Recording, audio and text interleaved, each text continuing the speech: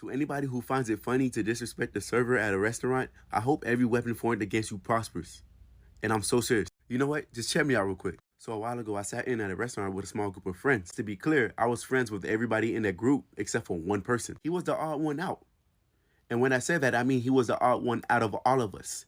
He was a weirdo. Our little outstanding oddball decides to show us that an empty head does indeed sound dumb. His head, to be exact. So we're at a Mexican restaurant and our little soft thinker over there assumed that our server doesn't speak English. He goes to our server, mocking a Spanish accent and says, "No speak Spanish, so you better not mess up our order." Then turns back to the group and laugh. Ladies and gentlemen of the jury, I present to you God's silliest nincompoop, because what is your problem? Obviously nobody's gonna laugh. It's a little stagnant, ain't it? He thought he was such a funny guy, but no. Funny looking, funny smelling. Yeah, maybe. My brother in strife, you are both easy to draw and easy to write, so please tell me, what is your diagnosis? What is going on in your head? What's your problem? Hey, watch me draw. A beautiful woman.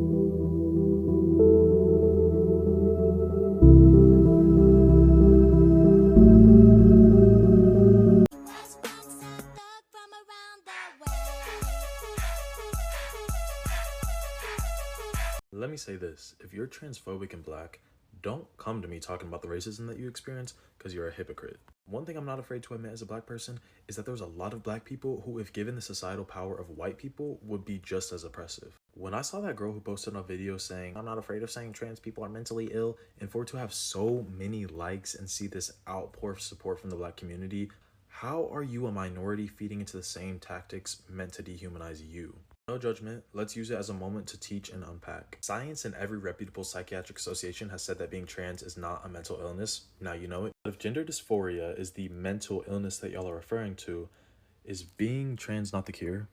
Make it make sense. If you look at that girl's account who made that video, she talks about God, she talks about the Bible, like many others, letting me know that her transphobia is indeed a result of religious brainwashing. But what really gets me is how someone like this girl, whose entire account is dedicated to videos about stealing, drinking, and demeaning others, can even be transphobic. Maybe by the standards of the Christian faith, you're not even making it to heaven, so you're doing all this judgment and making other people's lives miserable for a religion that you're not even making the cut for? Make that make sense. Your priorities are out of line. Let me just say, trans people, y'all are loved by me. Y'all are loved by so many. Y'all are valid. This girl's entire page was centered around her childhood trauma, her own mental illnesses, and it's sad that she feels the need to project that onto a group of people who have already endured so much hate and pain. I take cash out, Venmo, Zelle, EBT, EBT. You will never decenter men until you stop believing that the deity you worship is male. Oh my God, she just said that. She gotta be kidding. No way, she just gotta be kidding. What do you mean? And just imagine they use y'all videos in the clan meeting to justify why they don't like us. You see that, brothers? They don't even like each other. Yeah. Queen Latifah could tell me to shut the fuck up and I wouldn't speak for a year. That's how fucking fine she is. Oof. I'm fucking growling on the inside. Oh yeah, get that nigga out of here.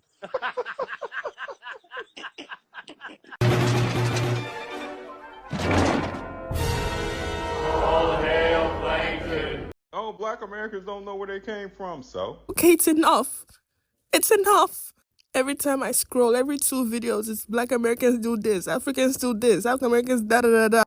I want everybody to, Africans, African Americans, black Americans, Caribbean people, Afro Latinos, Afro Canadians, everybody should just shut up. Shut up. Just rest. Relax. Sit back. Just breathe. Drink water. I beg, I'm tired. Bring back TikTok that was for dancing. Can we take this argument to Twitter? Please. One thing you must remember, that black all by itself is luxury. So y'all mean to tell me you didn't believe the American government and media for Palestine, but all of a sudden you see some dark-skinned black people and they talking about gangs, repeating gangs in your ears, and you believe that there has to be an invasion? You need.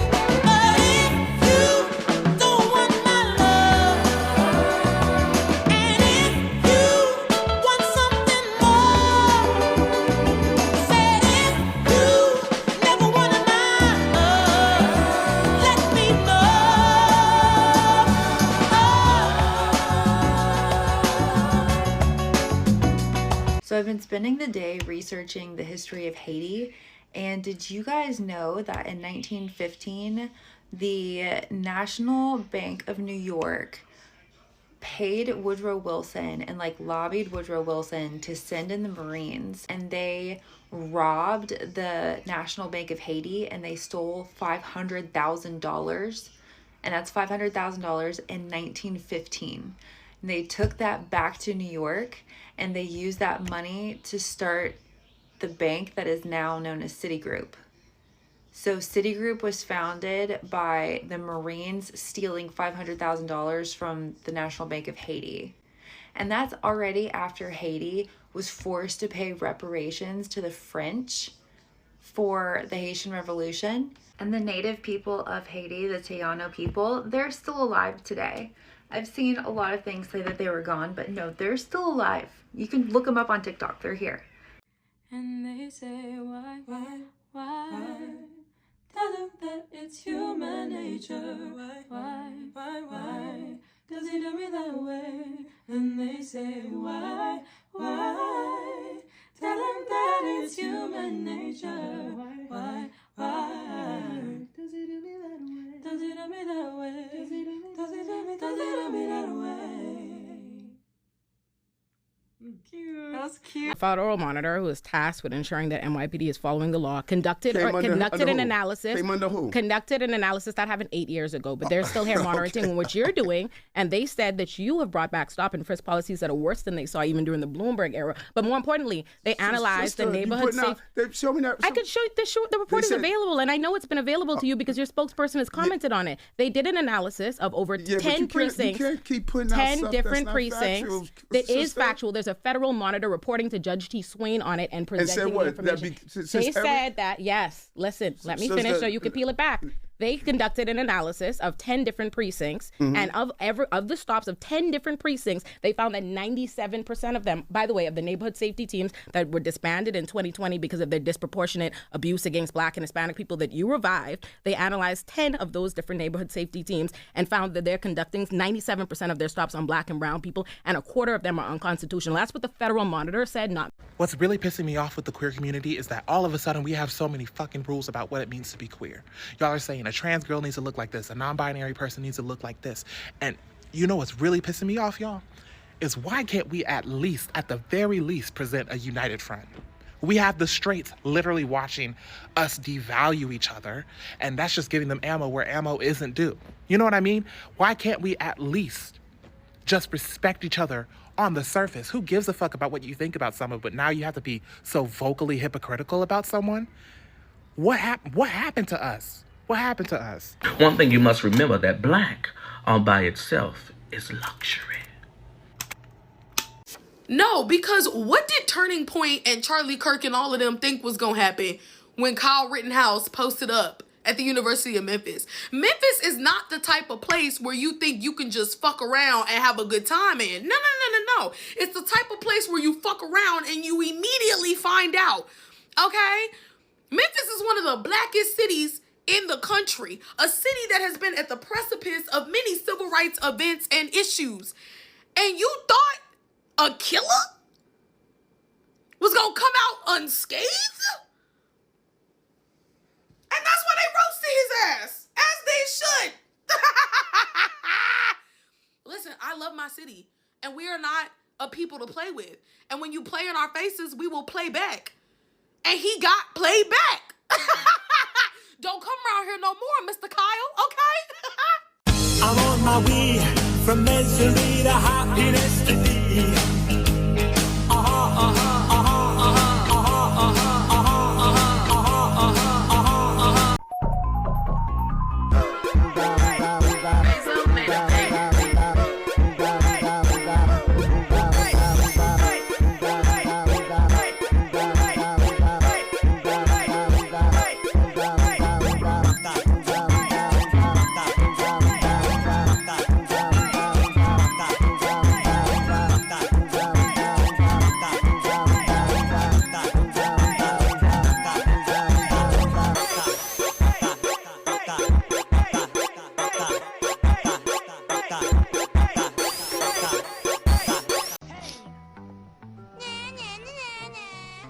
Bitch, bitch, you got that badass block, bitch.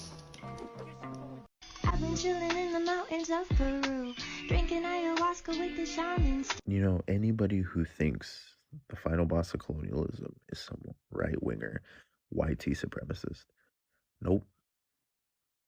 That's the final boss of colonialism right there. The 20-in-1 appropriation is unhinged. And if they see you before I do, hope they punch you in your shit, bitch. Your lace, I'm looking at it now. Take off that fucking melting bed, it'll never work on you. I heard you put your edges on it, we all know it's true. Librarians like Michael oftentimes aren't in communities that need a librarian like Michael the most. Now, something I ain't heard in this discourse is that there is a significant portion of the population that has experienced trauma at the hands of people in Michael's position. For example, those of you all who are a product of public school education like myself know we did something called popcorn reading. And when the young black boy would be chosen, inevitably, who had a difficult time reading, most people would laugh.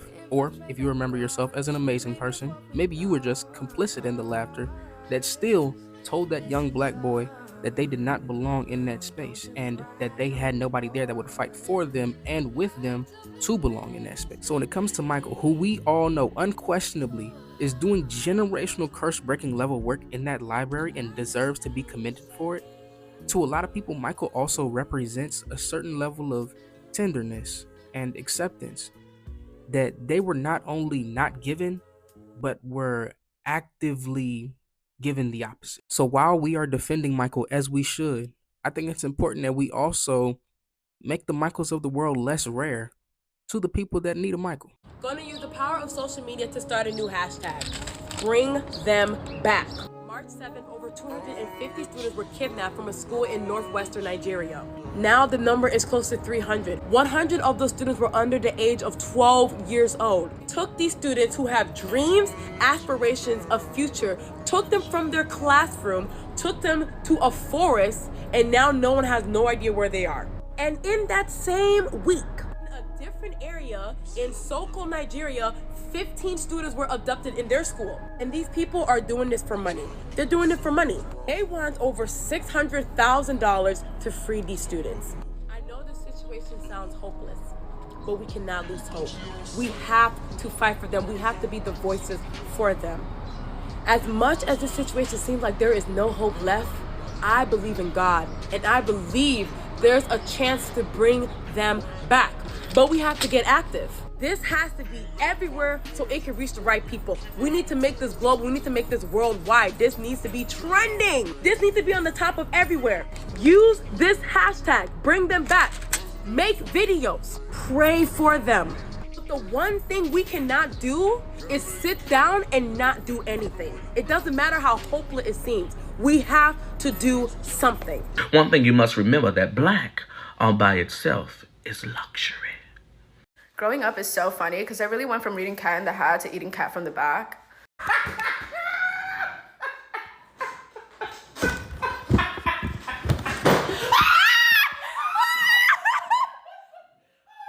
Hey, Dad. So, this is my friend Casey I was telling you about. Would they like something to drink? Dad, come on, man. Maybe them is hungry? Alright, bro. One of the greatest examples of cultural appropriation that we do not talk about enough was the Harlem Shake. And I don't even get into conversations about cultural appropriation just because I think that they get too whatever. But the Harlem Shake was probably the greatest example of white people just bastardizing, absolutely bastardizing Black culture. And it actually pisses me off. Like, it's annoying when white people use AAVE, but when I think about the Harlem Shake, it actually genuinely pisses me off. Because if you look up videos of the original Harlem Shake, you will see why it's fucking angering. Like, there's a Lebanese dance, I think it's called the Dabke. A Lebanese person that I knew taught me how to do it, and it's a really pretty dance that you do with other people, like in a line. Imagine if there was a YouTube meme of people just sloppily kicking their feet around and they're like, this is the Dabke. Like, the disrespect of that was just immense. You're 19? Yes. You look older. That's not a compliment. I'm telling you, you look troubled and older than your years. I'm an environmentalist. Of course I recycle. Majority of plastic waste is sent to the global south countries, and then they're blamed for having high rates of plastic waste. I'm an environmentalist. Of course people should be driving electric cars. But it's important to note that lithium mining can actually be destructive to the environment and displace and harm indigenous communities, and the cost of electric vehicles isn't always accessible. I'm an environmentalist. Of course I love to hug trees. But many black and brown communities don't have access to tree equity, thus leading to the urban heat island effect. I'm an environmentalist. Of course I think everyone should be vegan. But it's important to remember that many people live in a state of food apartheid and don't have access to safe, healthy, and culturally appropriate foods. Environmentalists. Of course I think the climate crisis is the most pressing issue of our time. For some people, it may be the medical industry that exploits people, or others for the housing that are at risk of losing their jobs, or the food crisis where people have no adequate access to food. Because of all that nuance, that's why you should be an intersectional environmentalist. It's so funny to me when men introduce themselves as their street names. Who is Big Money E? Your name is Emmanuel, and that's what I'm gonna call you. Like, they'll really look you dead in the eyes and be like, I go by C Easy. Your mother named you Christopher. Don't make me mad. Talking about some big huncho. Who? Bye, Anthony, because I'm not calling you that. Cut the show. I'm done. Take me off. Take me off. All I know, you could be Batman. I am not Batman.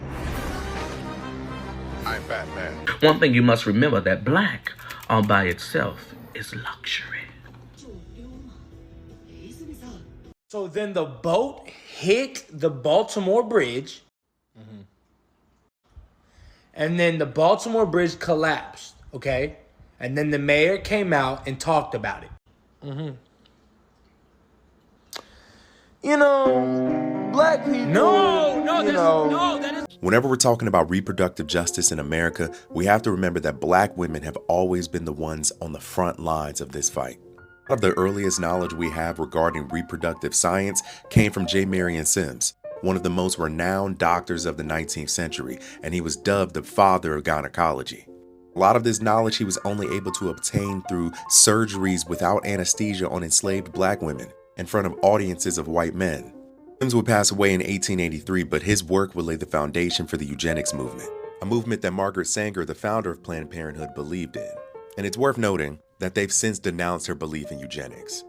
Things like the eugenics movement, forced sterilization, unsafe abortions will be things that would disproportionately affect black women, like Fannie Lou Hamer, who will receive a hysterectomy without her consent in 1961, that would lead to health complications that would ultimately lead to her death at the age of 59. It was actually black women who coined the term reproductive justice in 1994. So whenever we have these conversations, remember, black women deserve a seat at the head of the table. The black men that don't like black women, when y'all be talking, this is all I see.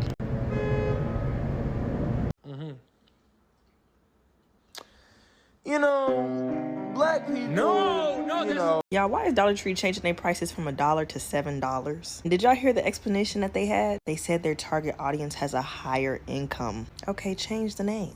Wealthy Tree, Fortune Tree, Rich Tree, Bankroll Tree, Moolah Tree, Wealthy Tree. But baby, take the $1 off, or just call it Tree, period. So are you Italian, or what color are you anyway? Are you some type of black or Spanish? I just want you to know that you are